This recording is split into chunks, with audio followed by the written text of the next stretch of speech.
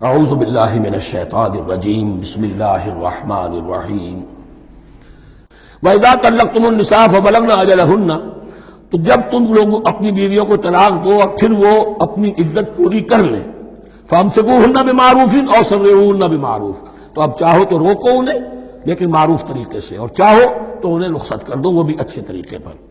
وَلَا تُمْسِكُوهُنَّ ضِرَارًا لِتَعْتَدُوا، اور دیکھو ایسا نہ کرو کہ تم روکو انہیں تنگ کرنے کے لیے۔ اچھا ذرا اس کی میں اور خبر لوں گا رجوع کر کے، ذرا اگر تو طلاق ہو گئی تو آزاد ہو جائے گی، غصہ اتنا چڑھا ہوا ہے کہ ابھی وہ غصہ ٹھنڈا نہیں ہوا ہے، رجوع کر رہا ہے اس لیے کہ اسے اور پریشان کرو، اسے اور تکلیفیں پہنچاؤ۔ تو اب یہ کیا ہوا، قانون تو اجازت دے رہا ہے لیکن تم نے قانون کا مذاق اڑایا، تم نے اللہ کی دی ہوئی اس اجازت کا ناجائز استعمال کیا۔ ہاں اگر بسانے کا واقعی ارادہ ہو گیا ہے تو ضرور تم رجوع کر لو، رجوع کا حق تمہیں ہے، لیکن اگر یہ نہیں ہے، پریشان کرنا ہے، فلا تمسکوہن ولا تمسکوہن ضرارا لتعتدوا، ضدہ ان پر زیادتی کرنے کے لیے، ستانے کے لیے۔ ومن یفعل ذلک فقد ظلم نفسہ، اور جو کوئی بھی یہ کام کرے گا اس نے اپنی جان پر ظلم ڈھایا۔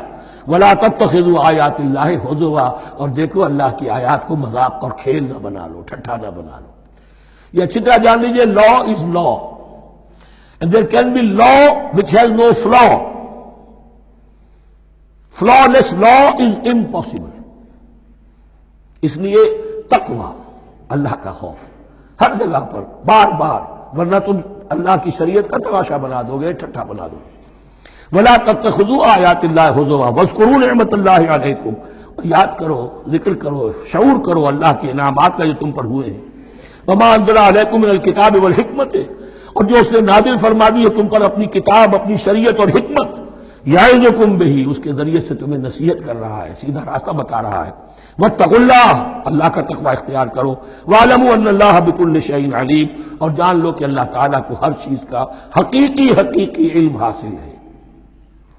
وَإِذَا طَلَّقْتُمُ النِّسَاءَ فَبَلَغْنَ أَجَلَهُنَّ فَلَا تَعْضُلُوهُنَّ أَن يَنكِحْنَ أَزْوَاجَهُنَّ إِذَا تَرَاضَوْا بَيْنَهُم بِالْمَعْرُوفِ، اور جب تم اپنی عورتوں کو طلاق دے دو پھر وہ اپنی عدت پوری کر لیں، تو مت آڑے آؤ اس میں کہ وہ عورتیں پھر نکاح کر لیں اپنے سابق ازواج سے، اذا تراضوا بینہم بالمعروف، جبکہ وہ آپس میں رضامند ہو جائیں بھلے طریقے پر۔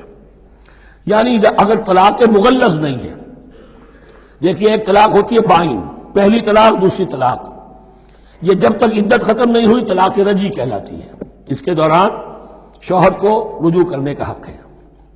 عدت پوری ہو گئی، اب یہ بائن ہو گئی، اب شوہر اور بیوی کا جو رشتہ ہے ٹوٹ گیا۔ اب اگر نکاح ہوگا تو دوبارہ ہوگا، اس میں عورت کی مرضی کو دخل ہے۔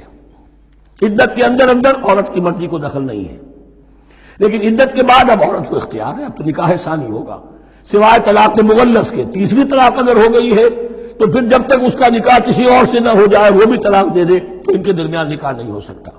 گویا کہ یہ دو طلاقوں کے بعد اگر پھر یہ لوگ جبکہ طلاق بائن ہو چکی ہو، وہی عورت وہی مرد پھر نکاح کرنا چاہیں، تو اب تم آڑے مت آؤ۔ ہوتا کیا ہے، عورت کے بھائی ہیں، اب انہیں غصہ چڑھا ہوا، اس بدماش نے یہ کچھ کیا تھا، اس نے تمہیں ایسے ستایا تھا، اس نے یہ کیا تھا، اب تمہیں ہم شادی نہیں کرنے دیں گے اس کے ساتھ۔ نہیں، یہ کام تمہارا نہیں ہے۔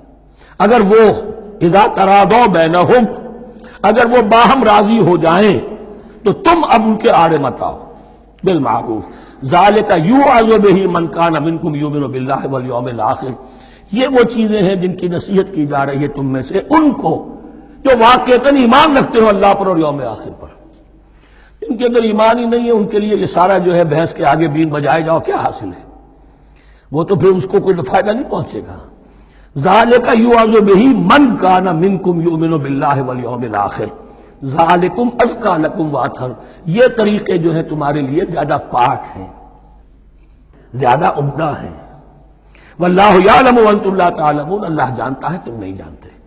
اپنی عقل کو مقدم نہ رکھو، یہ اللہ کا علم ہے، اسی نے عورت کو بنایا، اسی نے مرد کو بنایا، اسے مرد بھی عزیز ہے، عورت بھی عزیز ہے۔ الخلق عیال اللہ، حضور نے فرمایا تمام مخلوق اللہ کے کنبے کے مانند ہے۔